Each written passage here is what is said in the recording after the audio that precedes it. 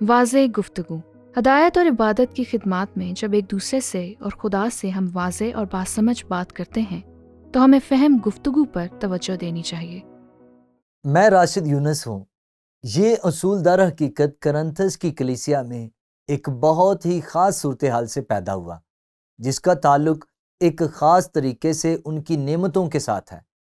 لیکن جیسا کہ ہم پورے باب کو، پورے خط کو اور نئے عہد نامے کے پورے حصے کو دیکھتے ہیں، اس اصول کو دیکھتے ہیں، اور وہ یہ ہے کہ جب بھی ہم ایمانداروں کی جماعت کے طور پر اکٹھے ہوتے ہیں تو قابل فہم بات چیت پر توجہ دیں۔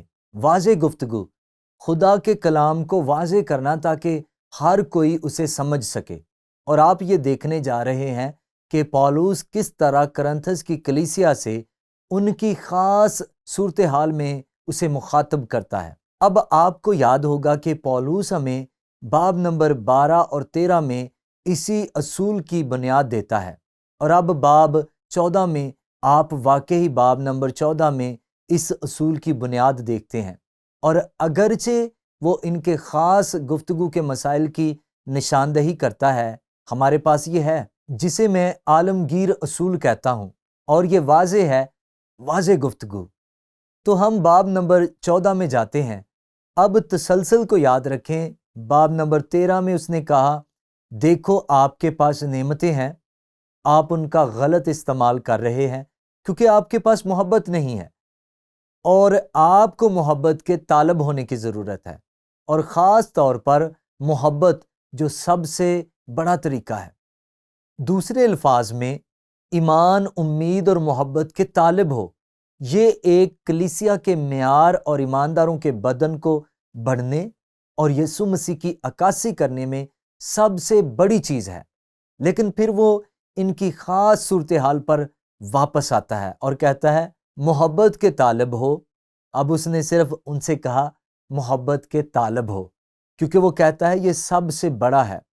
لیکن پھر وہ کہتا ہے اور روحانی نعمتوں کی آرزو کرو، یہ ٹھیک ہے، لیکن وہاں کیا کہہ رہا ہے؟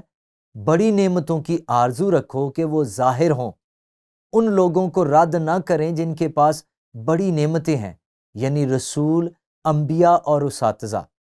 اور ایک وجہ جو آپ زیادہ نعمتوں پر زور دینا چاہتے ہیں وہ یہ کہ میں آپ کو واضح طور پر سمجھ سکتا ہوں کہ وہ کیا کہہ رہے ہیں۔ وہ آپ سے ان لفظوں میں بات کر رہے ہیں جو واضح اور اصطلاح کے الفاظ ہیں، لیکن پھر وہ کہتا ہے یہاں تک کہ بڑی نعمتوں میں بھی میں چاہتا ہوں کہ آپ اپنی کلیسیا میں نبوت کی نعمت کو ظاہر کریں، کیونکہ ان کے پاس وہ نعمتیں تھیں۔ تو وہ کہتا ہے محبت کے طالب ہو، یہ اہم ہے۔ ابھی تک آپ روحانی نعمتوں کی آرزو رکھو، لیکن اس بات کو یقینی بنائیں کہ وہ بڑی نعمتیں ہیں، اور خاص طور پر نبوت کی نعمت جو کہ عظیم نعمتیں ہیں۔ یاد رکھیں رسول، انبیاء اور اساتذہ، کیونکہ جو شخص بیگانہ زبان میں بات کرتا ہے وہ لوگوں سے نہیں بلکہ خدا سے بات کرتا ہے، یہاں تک کہ کوئی بھی اسے سمجھ نہیں سکتا، اور وہ روح میں معمور ہو کر بات کرتا ہے۔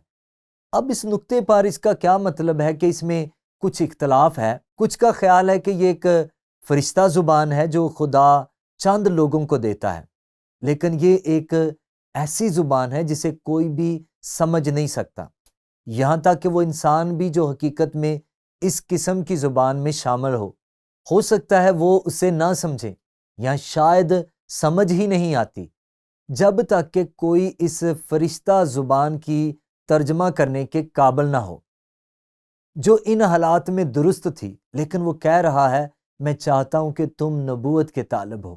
کیوں؟ کیونکہ یہ کلیسیا کی ترقی کرتا ہے۔ دوسری طرف جو شخص نبوت کرتا ہے وہ لوگوں سے ان کی کیا مضبوطی، حوصلہ افزائی اور تسلی کے لیے بات کرتا ہے۔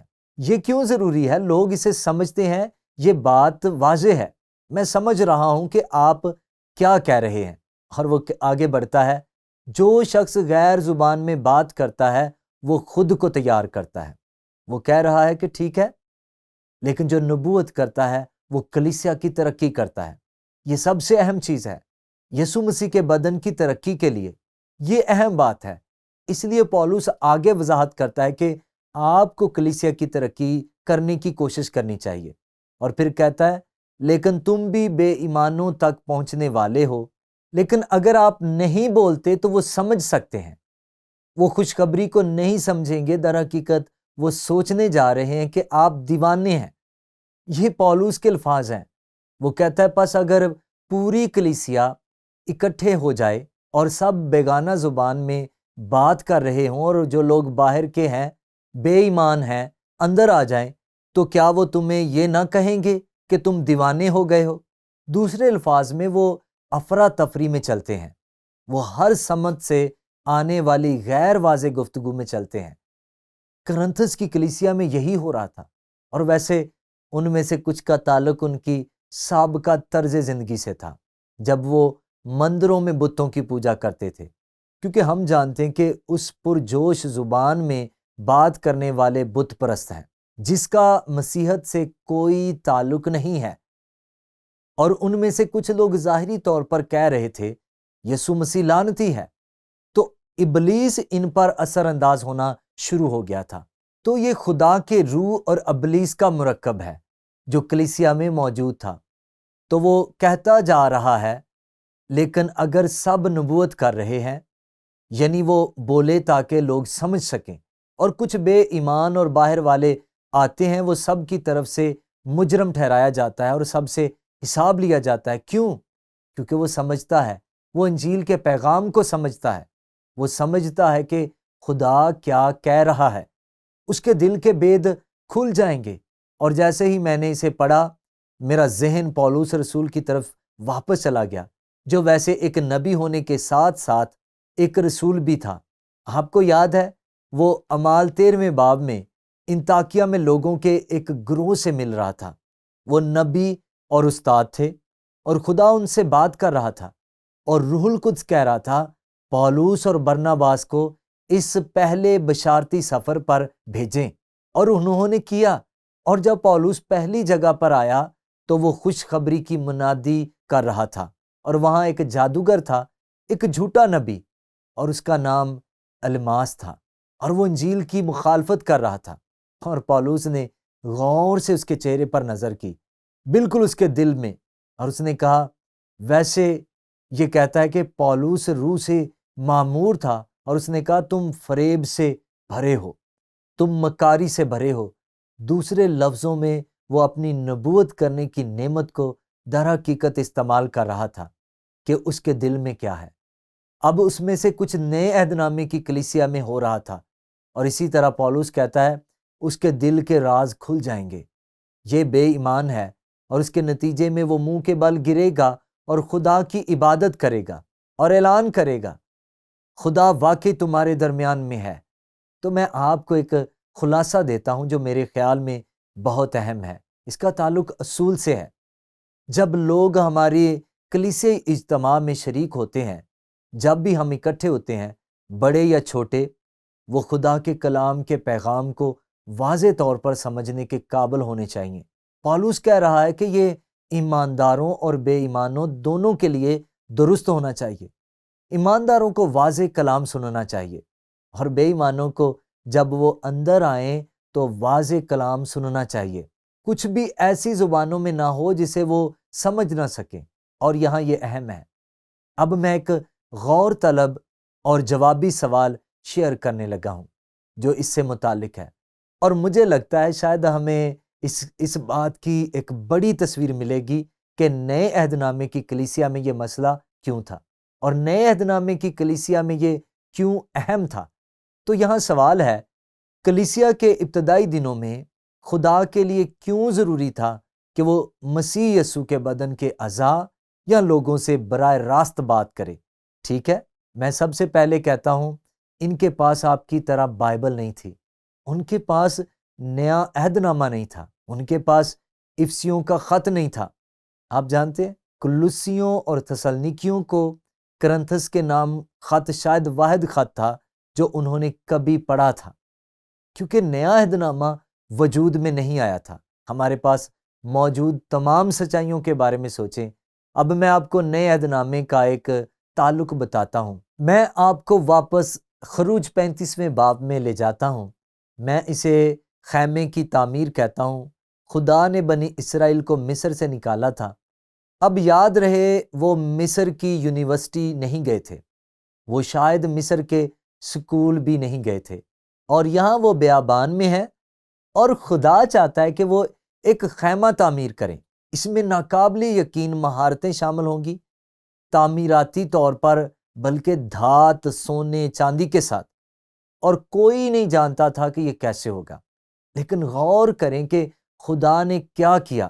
موسیٰ نے پھر بنی اسرائیل سے کہا، دیکھو خدا نے یہودا کے قبیلے سے بزلییل بن اوری بن ہور کو مقرر کیا، اس نے اسے روح سے معمور کر دیا ہے۔ آپ روح القدس کے لحاظ سے پرانے اور نئے عہد نامے میں جو کچھ ہوا اس رابطے کو دیکھتے ہیں۔ اس نے اسے خدا کے روح، حکمت اور سمجھ سے بھر دیا۔ نئے عہد نامے کی نعمتوں کی طرح لگتا ہے نا؟ حکمت، سمجھ اور سونے میں فنکارانہ کاموں کو ڈیزائن کرنے کی قابلیت تھی۔ یہ سیکھنے کے لیے وہ سکول نہیں گیا تھا۔ چاندی، کانسی اور قیمتی پتھروں کو کاٹنے کے لیے اور ہر قسم کے فنکارانہ ہنر کی لکڑی تراشنے کے کام کے لیے اس کے بارے میں سوچیں۔ لکڑی تراشنے میں بہت مہارت درکار ہوتی ہے۔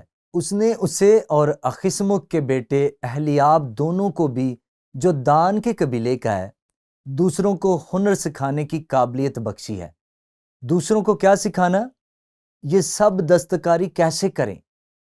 آج لوگوں کو یہ چیزیں کرنے کے طریقے سیکھنے کے لیے کئی سال سکول جانا پڑتا ہے۔